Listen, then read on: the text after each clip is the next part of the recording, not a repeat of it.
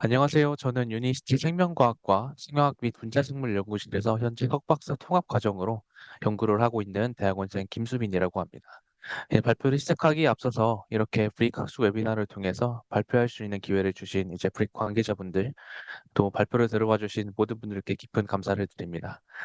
사실 저도 이제 12분, 15분 정도의 발표만 해서 굉장히 제한된 시간 안에 발표를 해야 했었는데 이번 기회를 통해 처음으로 이제 충분한 발표 시간 동안 하게 되었습니다. 그래서 굉장히 여유 있게 많은 내용들을 발표하도록 하겠습니다.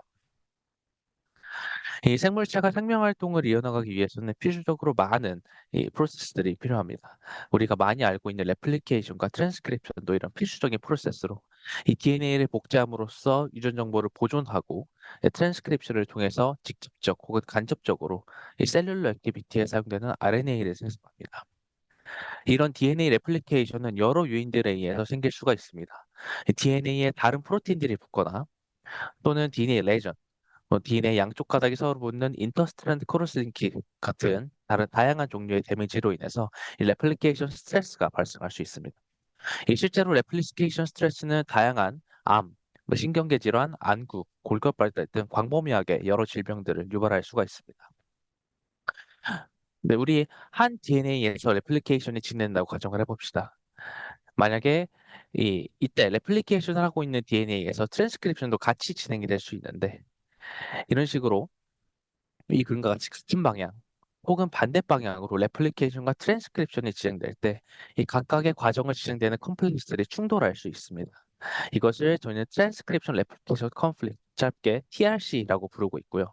이것은 DNA 레플리케이션 스트레스를 만드는 주요한 원인들로 알려져 있습니다. 이러한 TRC는 굉장히 다양한 원인들에 의해서 생성될 수 있는데 이 RNA와 또 맞춰서 연구를 진행하고 있습니다. 이러한 트랜스크립션 레플리케이션 컨플릭트, 즉 TRC는 다양한 원인들에 의해서 생성이 될 수 있는데 이 RNA와 DNA가 결합해서 생기는 알룹도 TRC를 만드는 주요 원인들 중 하나입니다. 그래서 저희는 이 알룹으로 인해 생기는 레플리케이션 프로블럼에 초점을 맞춰서 연구를 진행하게 되었습니다. 알룹은 트랜스크립션의 결과로 쓰일 수 있는 특이한 구조로 3스트랜드 애시드 스트러처입니다. DNA 한 가닥과 RNA 한 가닥이 결합해서 하이브리드 형태를 띠고 있고 남은 싱글 스트랜드드 DNA 한 가닥은 노출되어 있는 상태로 존재합니다. 이렇게 특이한 구조를 가지고 있는 알룹은 이제 실제로 진 에디팅, 이뮤 시스템, 트랜스크립션 레귤레이션 중 굉장히 광범위하게 사용이 되는데요. 하지만 다른 한편으로는 이 알룹은 굉장히 불안정한 구조를 가지고 있기 때문에 이 노출되어 있는 싱글 스트랜디드 DNA는 뉴클레이즈에서 공격받기 굉장히 취약한 구조이고요. 또한 이 DNA, RNA 하이브리드도 레플리케이션을 막는 레플리케이션 스톨링 효과를 유발할 수 있습니다. 그렇기 때문에 알룹은 DNA 데미지로 인식이 되고 있고요. 체내에서는 헬리케이즈, 토파이소메 이제 RNase H 등으로 알룹을 풀 수 있는 방법들이 존재합니다. 최근 들어 알루비 DNA 데미지로 인식이 되면서 알루비에 대한 굉장히 많은 연구가 이루어지고 있습니다. 하지만 그에 비해서 정확히 어떤 메커니즘에 의해서 알루비, 레플리케이션 스트레스를 유발하는지에 대해서는 잘 알려져 있지 않았습니다. 그래서 저는 어떻게 알루비 레플리케이션 과정에 영향을 주는지에 대해서 연구하게 되었습니다. 연구를 하기 위해 저는 529 DNA 폴리머레이즈라고 하는 중합효소를 사용했습니다.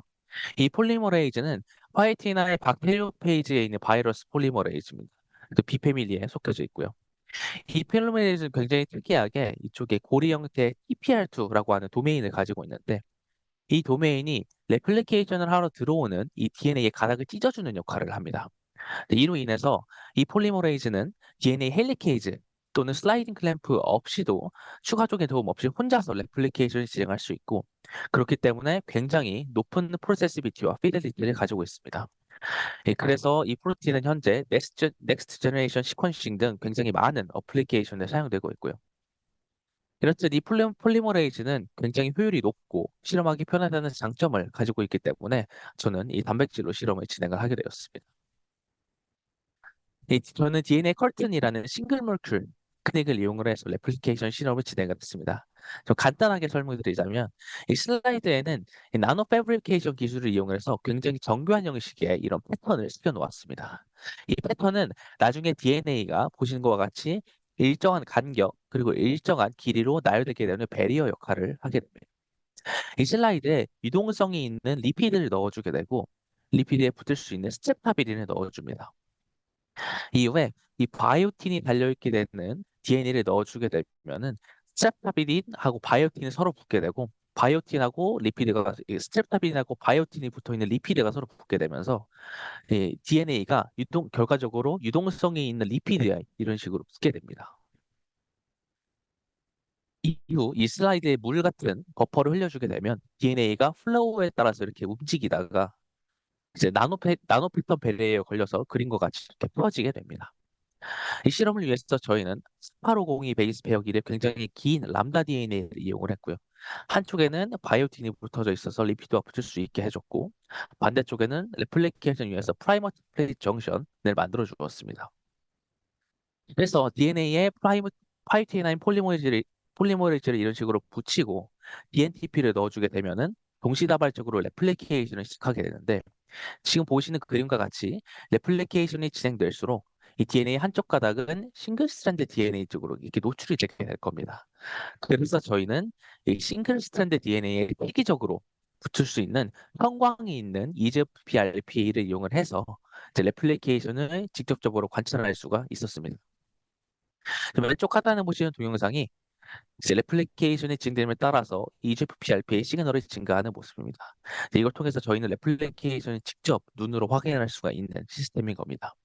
이때 이렇게 각각 레플리케이션은 이 DNA 하나하나를 시간에 따라서 이 카이모그래프로 나타낼 수가 있는데요. 이제 이 카이모그래프를 분석함으로써 저희는 레플리케이션 관련된 데이터를 얻을 수 있었습니다. 먼저 알룹 실험에 들어가기 앞서서 저희는 파이티나 DNAP의 물리적인 특징을 먼저 파악을 했습니다. 이 RPA 농도, 저희는 RPA를 넣어서 실험하기 때문에 RPA 농도에 따라서 스피드나 또 얼마나 레플리케이션을 진행하는지를 나타내는 프로세스 뷰티가 서로 다르지 않다는 것을 알려주었습니다. 이 스피드는 특히 이전 연구와 굉장히 비슷한 유사성을 보이고 있었고요.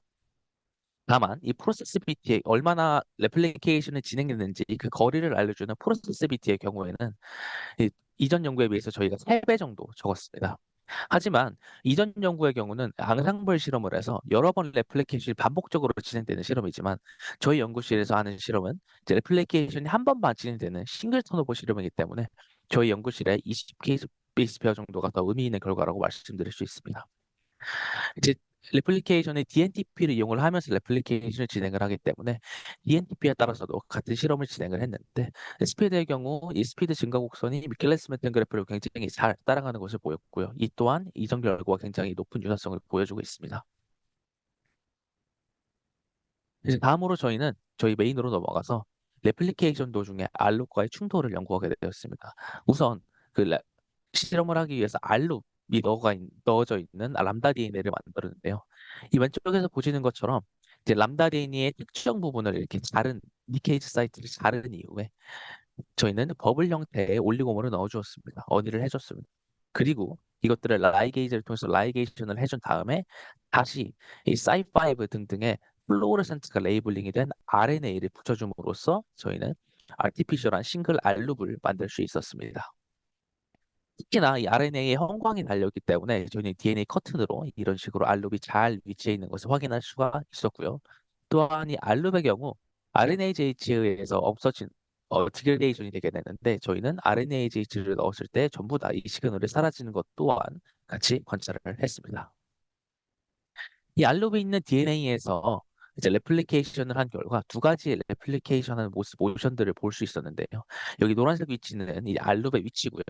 보시다시피 어떠한 파이트나 DNAP는 이 알롭을 넘어서 이제 쭉 레플리케이션 진행한 반면 어떤 것들은 알롭 위치에서 이렇게 멈춰 있는 결과를 보였습니다. 이제 본격적으로 실험을 진행하기에 앞서서 먼저 RNA가 없는 버블 구조로 실험을 해서 이 네거티브 컨트롤 데이터를 먼저 얻었습니다. 지금 보시는 이 버블 DNA는 원래 RNA가 들어가 있지 않는 그래서 사실 레플리케이션을 할 때 아무 이상이 없는 구조입니다. 다만 이 보시면 버블 DNA에서도 28% 정도의 스톨링 비율을 보이고 있습니다. 또한 이 DNA를 이 디케이지 사이트를 통해서 DNA를 뗀 후에 저희가 다시 같은 컴플리멘트리한 시퀀스를 넣어서 DNA를 다시 어닐링 해주었었는데요. 이 경우에서도 또한 비슷한 정도의 스톨링 그래프를 보여주고 있습니다. 이것은 저희 버블 구조를 만들 때 사용되는 이 제한 효소들, 그리고 라이게이즈의 효율들로 인해 생기는 기본적인 문제라고 생각이 되고요. 이 RNA를 붙였다가 뗀 이후에 레플리케이션을 진행한 모습에서도 비슷한 정도의 효율을 보여주고 있었습니다. 네, 다시 돌아가서 먼저 이제 아무것도 없는 버블 DNA에서는 28% 정도의 스톨링을 보여줬고요. 다음으로 RNA가 레플리케이션을 진행하는 템플레이트 DNA, 즉 529 DNA 폴리머레이즈가 한 가닥을 잡고 진행하게 되는데 이 폴리머레이즈가 잡고 붙잡고 레플리케이션 진행하는 이 가닥을 템플레이트라고 부릅니다. 이 알룹이 RNA가 템플레이트에 붙어 있는 경우에는 비슷한 정도의 스톨링 양상을 보여주고 있습니다. 다만 저희가 신기한 걸 확인한 것은 이제 레플리케이션이 진행되지 않는 이 반대쪽 가닥에 RNA가 붙어 있는 경우 스톨링 비율이 굉장히 높아지는 것을 확인할 수가 있었습니다. 그래서 이 RNA 위치에 따라서 스톨링 기프트가 다른 이유가 좀 신기해서 이거에 대해서 설명하기 위해서 다른 실험들을 이제 진행을 했습니다. 우선 레플리케이션이 진행된 이후에 RNA가 남아있는지 먼저 확인을 했습니다. 그 결과로 이제 스톨링 그래프 그리고 패스 이 두 경우에서도 모두 RNA가 남아있는 것으로 확인할 수가 있었는데요. 정확히 말씀드리면 이 템플레이트 그리고 넌 템플레이트 알룹 모두 이 스톨링 상태에서는 RNA가 대부분 남아있는 것을 확인할 수가 있었습니다. 저희가 앞서 말씀드린 거는 이제 넌 템플레이트 알룹에서는 스톨링 이펙트가 굉장히 증가한다는 것을 보여줬었는데요. 또한 이 스톨링이 많은 넌 템플레이트 알룹 DNA에서 RNA의 길이에 따라 스톨링 정도가 달라지는지를 확인을 했습니다. 이 실험 결과 RNA 길이가 10 베이스 페어일 때는 이 스톨링이 굉장히 줄어들었었지만 40% 정도로 줄어들었었지만 26 클리오타이드 이상에서는 원래와 비슷했습니다. 즉 RNA의 길이가 스톨링에 영향을 주긴 하지만 일정 정도 길이를 벗어나면 비슷해진다는 것을 확인을 했고요. 추가적으로 오른쪽처럼 이 RNA 한쪽이 외부로 노출되어 있는 좀더 피지올리, 피지오, 피지올로지컬한 컨디션과 비슷한 단계에서 실험을 진행했는데 이 역시도 굉장히 높은 비율의 스톨링 정도를 보여주고 있습니다. 그래서 저희는 그러면 이 레플리케이션 도중에 스톨링이 되었을 때 스톨링이 되어 있는 상태에서 RNA를 없애주면은 다시 레플리케이션이 진행되는지를 확인을 했습니다. 알룹은 이 RNA 앞서 말씀드렸다시피 RNase H에 의해서 특이적으로 이제 제거가 될 수 있기 때문에 그림에서처럼 스톨링이 보이는 상황에서 RNase H를 넣어서 RNA를 없앴습니다. 이 결과 보시는 이제 카이모그래프에서 보신 것처럼 이쪽에서 스톨링이 계속 준비가 되다가 RNase H를 친 이후에 다시 레플리케이션이 진행되는 모션을 확인할 수가 있었습니다. 즉 RNA로 인해서 스톨링이 생겼고 그것을 RNA를 없애주니까 다시 레플리케이션이 진행된다는 것을 다시 한번 확인을 할 수가 있었고요. 다만 오른쪽 그래프를 보시면 이 레플리케이션이 다시 진행되는 확률은 굉장히 낮았습니다. 18% 정도밖에 되지 않았는데 이는 이제 스톨링 과정 도중에 폴리머레이즈가 떨어졌기 때문이라고 생각합니다. 저희는 이 스톨링 이펙트가 알루브로 인한 스톨링이라는 것을 정확하게 입증을 했고 그렇기 때문에 그럼 RNA의 스페시픽한 이펙트인지를 확인해 보고 싶었습니다. 그래서 저는 이 같은 구조를 가지고 있는 DNA 룹을 이용을 해서 같은 실험을 진행을 했었고요.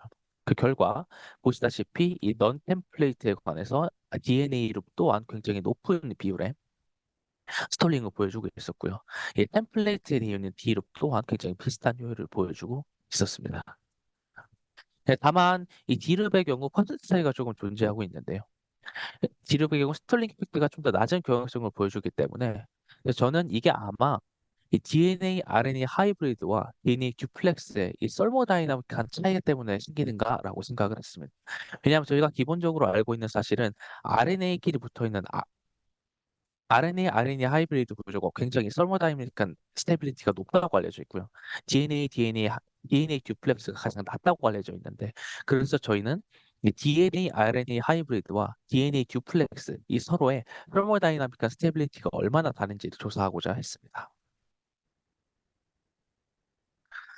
앞서 말씀드렸다시피 DNA, RNA 구조와 DNA 듀플렉스 구조의 스테빌리티 차이를 확인을 하기 위해서 저희는 서큘러 다이크로이즘이라는 장비를 사용을 했습니다.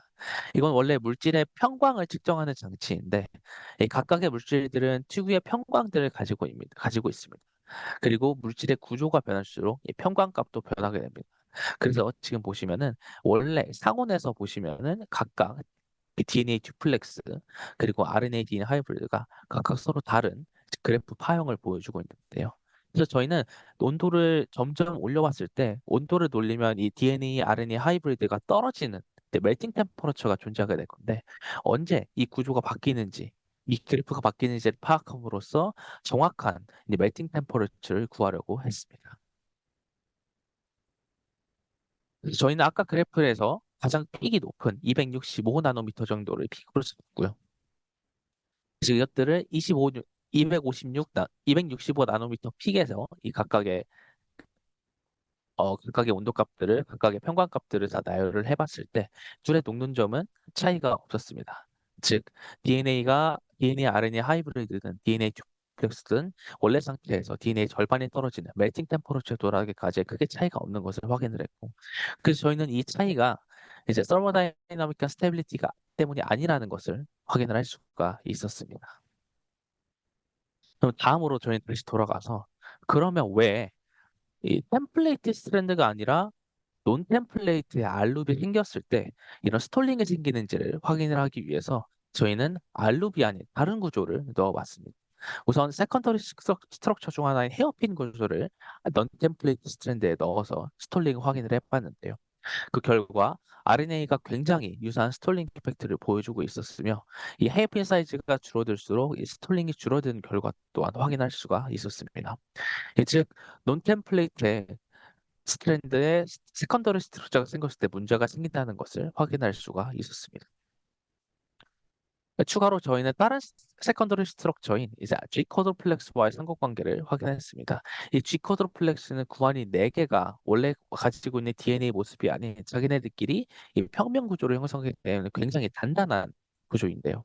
특히 이전 연구에서는 이 G쿼드플렉스와 이 알룹이 서로 연관성을 가지고 있다는 연구 결과가 있었기 때문에 저희는 위 내용을 저희 실험으로 다시 한번 확인을 했습니다. 우선 이 G쿼드플렉스 즉 GQ만 있는 DNA도 스톨링이 증가한다는 것을 확인을 할 수가 있었고요. 이 그중에 템플레이트 알룹이 들어가게 되니까 더 높은 스톨링 비율을 확인할 수가 있었습니다. 그리고 오른쪽처럼 이 G쿼드로플렉스의 개수가 증가할수록 이 스톨링의 비율도 같이 증가했습니다. 이를 통해 G쿼드로플렉스와 같이 세컨더리 스트럭처가 형성이 될 때 스톨링이 생긴다는 점을 다시 한번 확인할 수가 있었고요. 이전 연구 결과의 논문에 뒷받침해서 G쿼드로플렉스 구조가 이 알룹의 스테빌라이전에 도움을 돼서 스톨링 이펙트를 더욱더 증가시킨다는 것을 확인할 수가 있었습니다. 그래서 저희는 이제 왜 논템플레이트에 룹이 생겼을 때 문제가 생기는지에 생각을 좀 했는데요. 저희는 헬리케이즈에서 힌트를 얻을 수 있었습니다.